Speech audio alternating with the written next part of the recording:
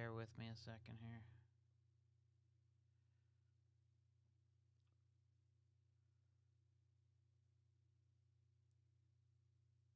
I think I always end up going live 1 second before I'm ready, so sorry.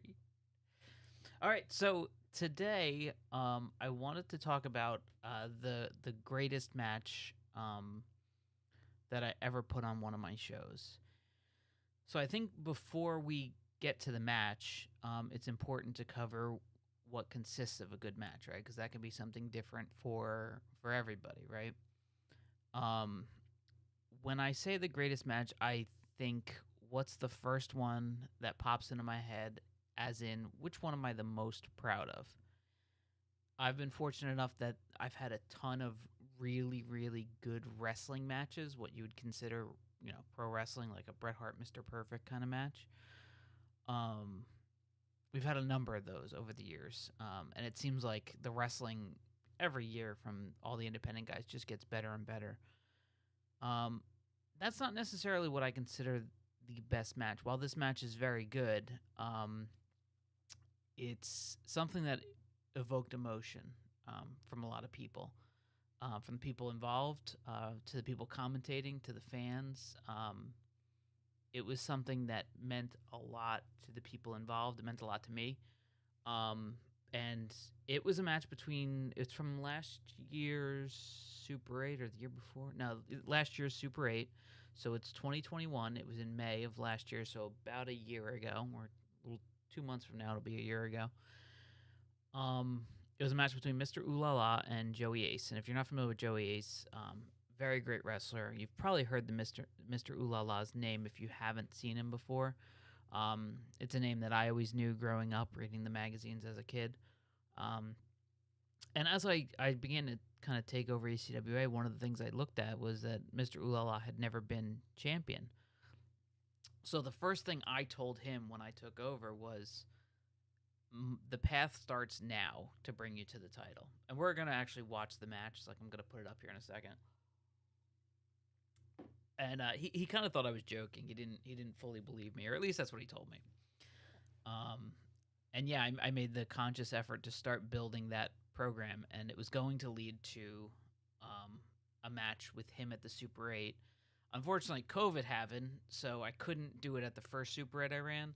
So I waited till the next one we did, and I think it was better off that way. Honestly, I think it was kind of worth the wait, and I think it worked out.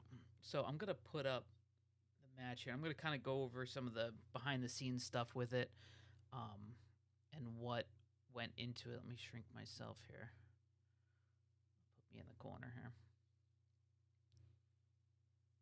Okay, and let me play this. So we started off the show. It's the normal. They do like a medal ceremony. They've done it for years. I think it's. I don't know that we'll continue to do it. I know it's part of the tradition of the Super 8, but for me, it actually. I did it always before the show technically officially started. So right around now is the 7 o'clock marker where the show's actually being streamed out. So we streamed this part, but the show hadn't officially started. You can see there's still chairs that are empty. People are still arriving at this point. One of my big things is, if you put out 200 others, Joel Goodhart, who will be in the ECWA Hall of Fame this year. If you put out 300 chairs and 50 of them are empty, as that first match is starting, go ahead and pull them. You can see a lot of these chairs have names on them already. So we're just kind of waiting for people to pull in here. That's the unfortunate thing with wrestling, right? Is that everybody assumes the show's going to start late, and my shows never start late. So we will always have people who kind of arrive a little later than they should. Sorry, I have to move my chair there. So this is Joey Ace. At the time, he was the World 1 champion and the ECWA champion. I don't know if you saw the thumbnail before, but I had a new World 1 title created, so that was the thumbnail of this. I'll put a larger picture of it up at the end of this match here. So basically, the idea here was that Joey Ace was going to come out, talk on the microphone, and we were going to start the Super 8 with the world title match. Started off incredibly hot, and just kind of make a go of it from there. So he came out, kind of ran some people down, Um, and then obviously Mr. Ooh La La would come out and the match would take place. Again, the reason I really enjoyed this match was because of what it meant to Ooh La La, what it meant to me personally. Like I said, Pele was on commentary. Pele Primo. He was a guy we used in World One for a number of years. He was from Ring of Honor. He trained with Bryan Danielson, CM Punk, all those guys. Um, and after the show, he actually told me like that moment made him cry. Like he actually got emotional. Like he hasn't in years for pro wrestling. So like I don't know, like something like that is pretty cool for me. I always enjoy stuff like that. So hopefully, is the audio okay on this? I'm not playing the audio for the match itself. I'm just talking. So hopefully the audio is not coming through and it's not distracting. So if anybody's watching this live, just message me in the chat here and let me know if you can hear me and there's not an annoyance of two things playing at the same time. Unfortunately, I don't have live sound. I guess I can plug my headphones in, but I don't feel like doing all that. So yeah, so this year's Super 8, we've got some cool surprises, and that's coming up about a little over a week away. So Mr. Ooh La La, who at this point has been wrestling for as long or longer than the Undertaker would have been wrestling, like he's been around for a long time, and the ECWA was kind of always his big like home promotion. Um, and you see, I wanted them to start this one off hot, and then they kind of work into the wrestling here. Um, but what was cool about this is Mr. Ooh La La's brother was here. He had flown up from Texas, I believe, and unfortunately, his brother passed away not that long ago. So this trip may have been the last time he was able to see his brother because of the distance. I don't know that that's true, but it was certainly one of the last times he was able to see his brother in person. So this moment, you know, is significantly more important now. Um, there's the guys from the Wrestling Estate in the front row there. I love those guys. If you're not familiar with thewrestlingestate.com, they like their like 1 second bio is there you go. I think that's Mr. Lola's brother there. So like you could tell he was trying to mess with his brother a little bit. Um, the Wrestling Estate's 1 second headline is the only website that doesn't copy and paste Dave Meltzer's work, which is a pretty good summation of what they do. They come up with their own articles. They did a really comprehensive read on the Super 8, which is one of my favorite articles I've ever read as a pro wrestling fan. Not even as somebody involved in ECWA. Like, I would have liked to read that whether or not I was involved. So if you haven't checked out their site, I would encourage you to do so. They do a great job. Oh, here we got stuff in the chat here. I apologize. All right, we hear you. Okay, we just hear you. Okay, cool. Yeah, I don't want to play the audio from this because I have the commentary track on this, so it'll sound weird with both of us talking over. Plan on starting a local fed in Connecticut. Oh, that'll be fun. Compete with the guys over in Stanford then. Joey A is very smooth in the ring, very good. He can kind of work. He's one of those guys that can work anybody, right? So he can do. He can work an old school style match. He can work a traditional match. He can work a fast paced match. He can do lucha libre. He can do those trio style matches. He can do hardcore. He can do a brawl. Just very versatile in the ring. So he was like the perfect fit here to work with Mr. Ooh La La.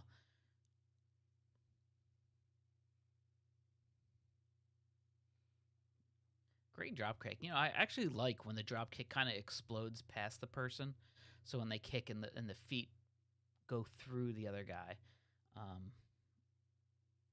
We had a guy in our when we were backyard wrestling like 20 years ago who would hit a drop kick like that. So that's interesting to me. That's like an old school kick out, right? So I was told years ago that as a babyface, you don't put your foot on the bottom rope. And that's a mindset that appeared in like the mid 90s, I think, that started becoming a thing. So the foot on the rope was supposed to be for the heels because it's like that, oh, you just barely kicked out. So I don't know if that everybody believes in that or not, but I was told that in the late 2010s, after I had done it as a heel. So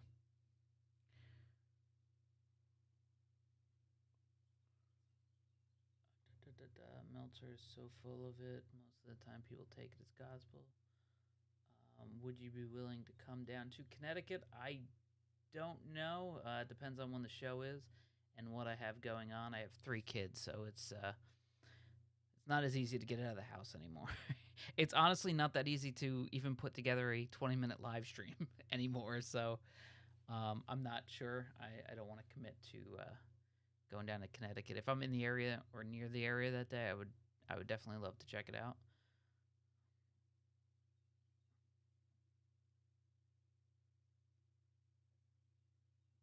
And what was cool about this show is we were recording it by ourselves, and we were having IWTV do the stream as well. So we actually have 2 different versions of this show, which is pretty cool.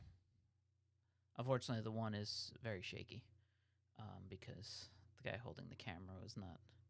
He's got some shaking issues, which is weird because the camera's on a gimbal. Like it's a gimbal camera, so it usually eliminates all the shake, but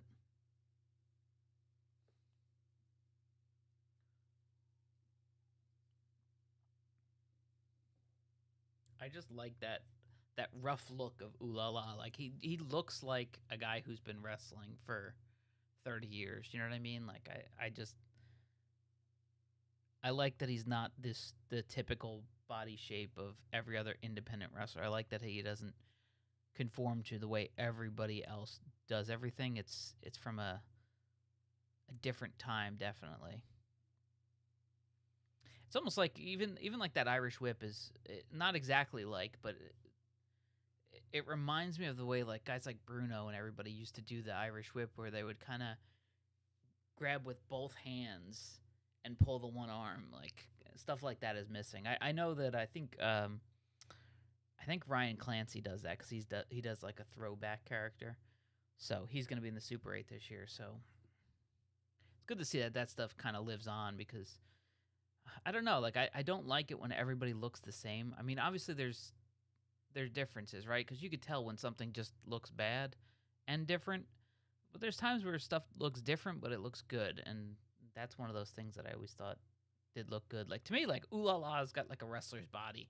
You know what I mean? Like that kind of Greg Valentine shape. Almost like the one guy in FTR has that same body shape. They just, to me, they look like wrestlers, like Bobby Eaton and stuff like that. Like I get a lot of us grew up on Hulk Hogan and Shawn Michaels and all those guys, and they were all in shape. But I miss just kind of the big guys in the small trunks. I think that was a very like stereotypical wrestler look that's gone now. Like you don't really see it too much anymore. So this was in May of 2021, so we were still like kind of at the height of the pandemic. I think a month or two after this it would start to slow down, and over the summer it got a lot better, and then it obviously went back up again. But this was right on the cusp of before it started to die down a bit, so we were being very stringent about all our protocols at that point. So masks were required and stuff. Um, yeah, I don't even know if the vaccines were around yet, so I don't even know if that was an option of saying, "Hey, if you have a vaccine, if you're vaccinated or whatever." So I don't even know.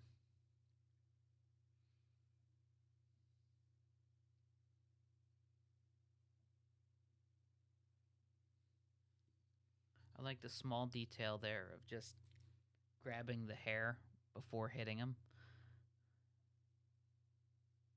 And I know you can't hear the audio, but the crowd was super into this match. And it's not a big crowd. I think there was 100 people there altogether. Like we limited it to, it might have been 120. I think our rule was not more than 125 at that on this particular show. So um, The one thing I do hate is when we face the camera towards the section where we don't sit people, and that's kind of what they kept doing. So it always looked completely empty on that side, and I hated that look. Yeah, you can even see the chairs were still staggered and socially distanced a little bit. So yeah, we must have been still in the middle of all the protocol. I like this spot. I don't know if the crowd liked it. To be fair, this was my idea. I wanted to do an ECW spot because this is the first show that Jim Molyneux, who's the other ref there, had done in a long time. So right there, they were supposed to do the ECW like pose, but I think Finnegan put the kibosh on it, so I'm gonna have to make them do that again. Yeah, so like there's still people who haven't shown up. I see seats with name tags on them still. So this is still the earliest part. And again, you notice I notice all the empty chairs because that drives me friggin' up a wall. But Ooh La La finally mounting a comeback here, and at the perfect time too, like right after the ref pop, and now they're bringing it home. It looks like great sell by Joey Ace. There you go, Ooh La La, first time ever after 30 something years is ECWA champion. Like, and what was cool about it is, so he was only supposed to hold the belt for like a show. He was going to lose it the next show or two. And the reaction was so positive to him winning the belt that we actually kept the belt on him for, I want to say like 9 months or something like that. It was quite longer than we had planned.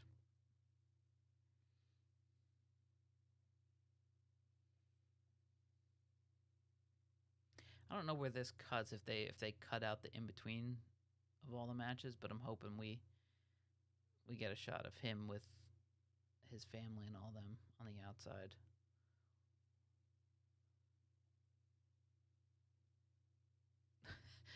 There's Joe going for the hug, and Ooh La La was not interested in having to bend down that far. Joe's a guy who's been with ECWA for a number of years.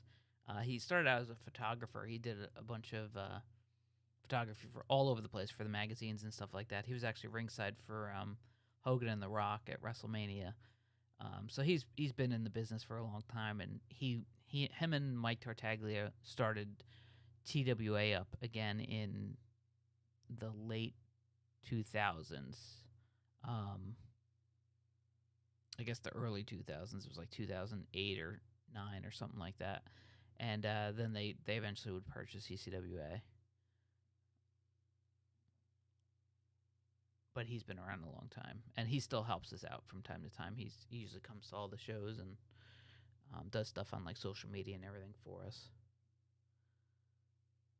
I know Ooh La La cursed in this, and that's like the only time Mr. Ooh La La has ever cursed. That's his brother that he just handed the belt to, so like that's a cool moment right there. But yeah, so Ooh La La doesn't ever curse, so he cursed here, and of course he apologized afterwards and was like, "Oh, I'm so sorry, I just slipped out," and I don't care. I thought it was awesome. And we have some really cool pictures of him with his brother and everything, holding up the belt and stuff like that.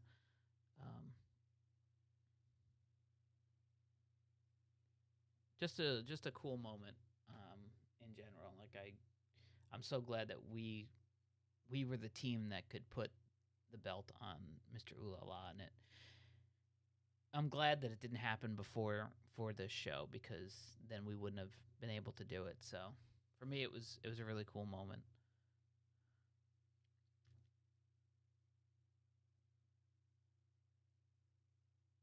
By the way, we lost those ring steps. We have no idea where they went.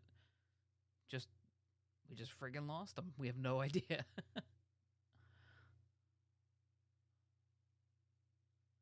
So yeah, there's Pele, recovering from a couple tears that he shed. Um, but yeah, all in all, I don't know. Like to me, that's a cool moment. And I get, like, it's not a technical masterpiece, right? But for the emotion and everything that was behind it, like, I don't know how you beat that. Yeah, here's the shot of I got a shot of that belt that I told you guys about.